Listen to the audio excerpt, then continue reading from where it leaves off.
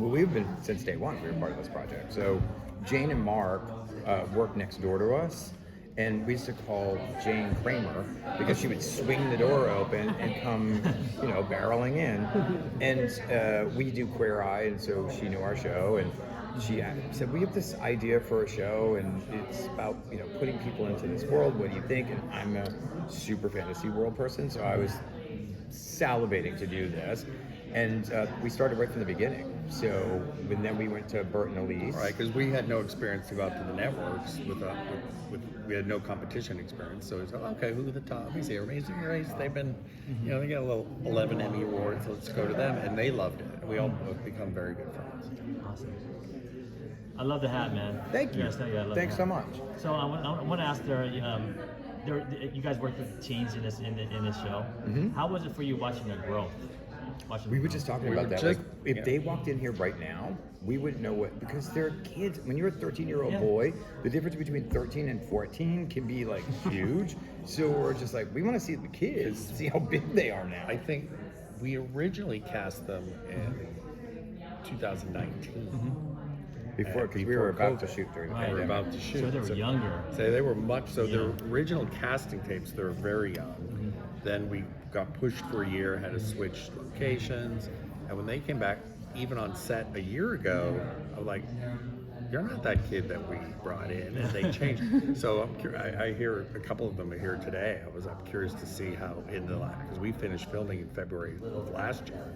So curious to see how much they're. I have teens, so I know how they grow. Yeah. Did you guys grow with them? No.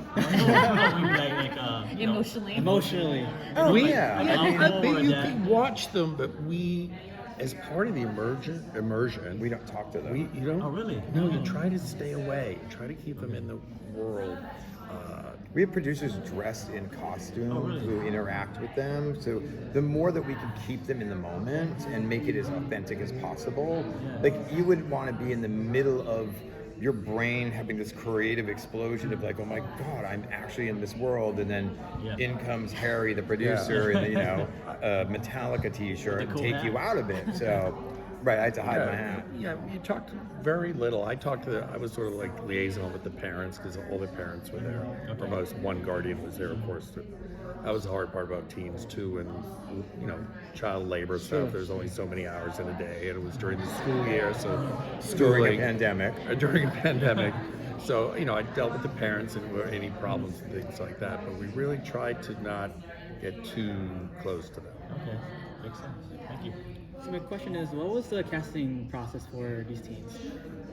We had a casting. Who was our casting company? I forget.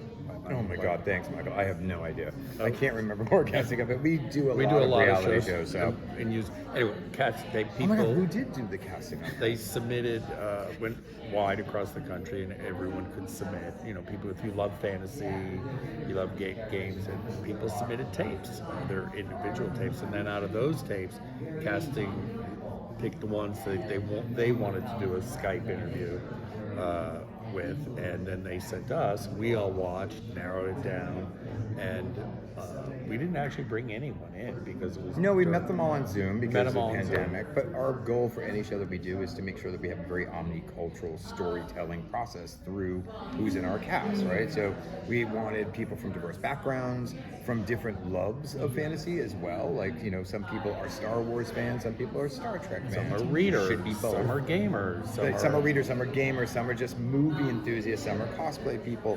So we wanted to hear them, interview them, peel back layers, right? So why do you like this? And I said it on stage, like I got into fantasy when I was young as a kid growing up in the 80s because I was living in a little tiny town as this like gay kid in a tiny town and thinking that I could be a hero. Like I went into worlds that would take my mind off of what was happening around me. There's so many different stories of why we love this world and why we love all these worlds. So. We also wanted people from across the country. So geographically, they're really spread out. Washington State, California, Texas, New Hampshire. So they're spread out everywhere. A little bit of everybody. Yeah.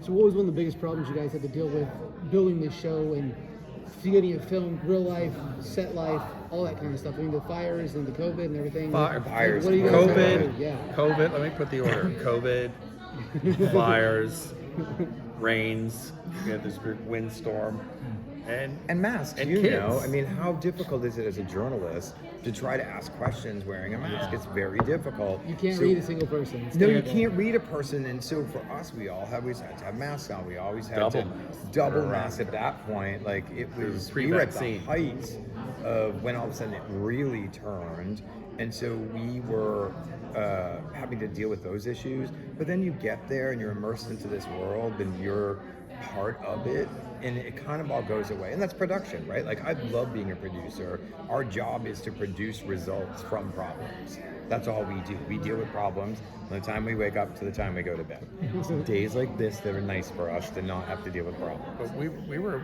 shooting pre-vaccine, and we had over 250 crew people, and we made it through 6 weeks of filming without one case. Impressive. It was pretty amazing. I know all these people who are like, I can't wait to get back to work now. I'm like, we shot 7 shows. But I must admit, nothing felt better at the end of a 10, 12-hour day, getting back to your hotel, just taking your mask off and pouring. Because we were in drink, the of course, but- woods and it was humid, so you're just breathing in. I have mustache wax and like all that in my. It was horrible, and I love that I just started another show where I went on COVID testing, and they go to put this on my. I'm like, I've done 600 of these. I'll do it myself, and that was that show every single day. Can you guys talk a little bit about your reaction to seeing the sets, seeing some of the character makeups and some of the challenges? Every day was a thrill. It was, you know, we just talked about Johnny Wujcik, who did all the costumes. He was on our show Legendary on HBO Max. So we was like, that was like sequins and feathers, and all of a sudden we're dealing with corsets and boning and like all these different like pieces.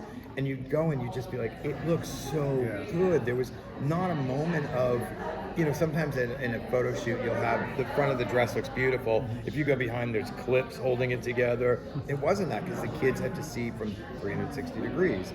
So every day you went, you were immersed into this world, and every day was like a spectacular surprise of what the scene was going to look like. And the detail they spent. I remember when I first got there, or toward the wardrobe truck, and they're pulling out, oh, we're going to age this, and we're going to beat this a little bit. Like, really? I'm like, you really think we're going to see that? And they said, oh, yes, we just want it to look, you know, not like it's new out of a wardrobe truck, that it's been around and trying. So the detail on everything, makeup. I'm hair. insanely picky about all of that. Yeah. He would be like, nobody's going to see that. Like, scrub it, do it. When it comes to deciding what challenges are really going to make it or what's going to propel the story forward, what was it like balancing, you know, between competition and collaboration, between fantasy and reality, CGI, practical, etc.? We, again, all CGI took place after. We didn't do anything having to stick them on a green screen. It was all authentic to them. We knew going in where we wanted to add those extra elements for the audience. And then, you know, working with Elise and the challenge team and Mark and Jane, we all work on the challenges to figure out, like, okay, how are we testing their strength? How is it also a competition? How are they not, you know, it's also Disney Plus with teenagers. We don't have them with bows and arrows facing each other. So you also have to think that way too, of, okay, how am I training a young teenager to save this kingdom? So we all worked together on it. It was really fun. And you rehearsed the challenges. We built set pieces, and we would spend a couple days, okay, we're doing this challenge today. We would have stand-ins, and you're like, okay, this isn't quite working, we need to do this. And we really tested it out of how is this going to be a real challenge for them and for us. That maze you see in the trailer, there's no CGI.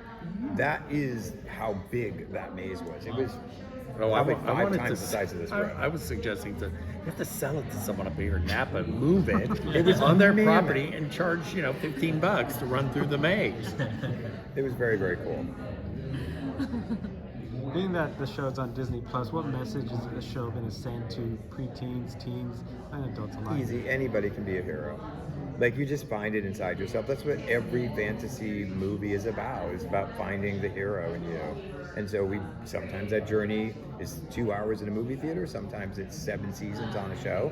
But it's all about finding the hero and balancing that hero, right? Like, and building confidence, and you definitely see that arc through the show.